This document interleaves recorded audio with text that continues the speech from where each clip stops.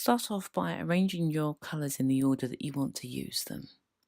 Then place all 3 yarns together and make a simple slip knot. It's going to be quite chunky, but don't worry. And place this slip knot onto your needle which you're holding in your right hand, along with the tail end of the slip knot. Then separate the colours out. I'm going to keep my darkest colour in my right hand along with the needle, and then separate the other 2 tones with my fingers, so I've got them in the slingshot position.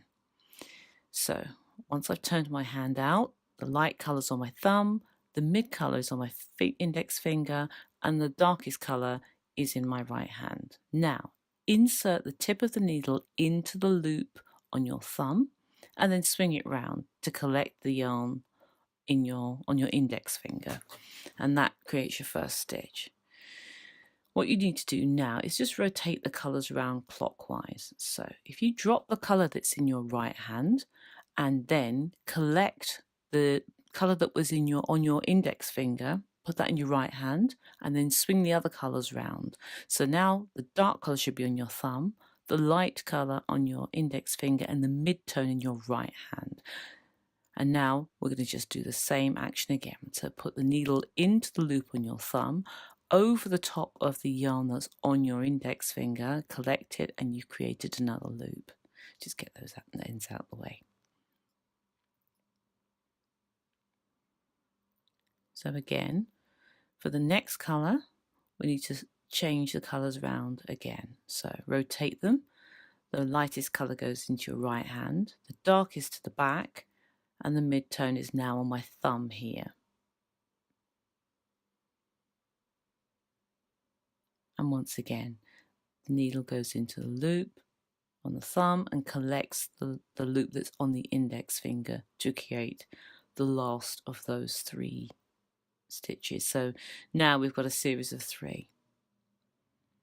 And that completes the first repeat. So basically we're just going to continue to work like that. So separate the colours out again and rotate them round. So the dark is in the right hand, the light is on the thumb, and the mid colour is on your index finger. And we're going to cast on the next stitch. So once you've done this a couple of times, you will get a feel for it. It does feel a little awkward to begin with, but you can see how it should turn out. So you can see you've got a loop on the needle in each colour, and underneath you can see how the cast on is going to start to look. Just to completely disregard the slip knot, we'll get rid of that when you come to cast on. So the last colour that was left off was mid colour, so we can put that in our right hand. You can see the next stitch on the needle was dark, so we don't need to cast on with that now. That goes on the thumb, and the white colour, or the lightest colour, goes on your index finger.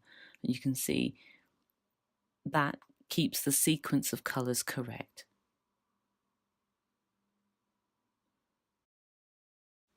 Here you can see how that cast on shaping up with the 3 different colours on the needle and that lovely braided edge just sitting below the needles.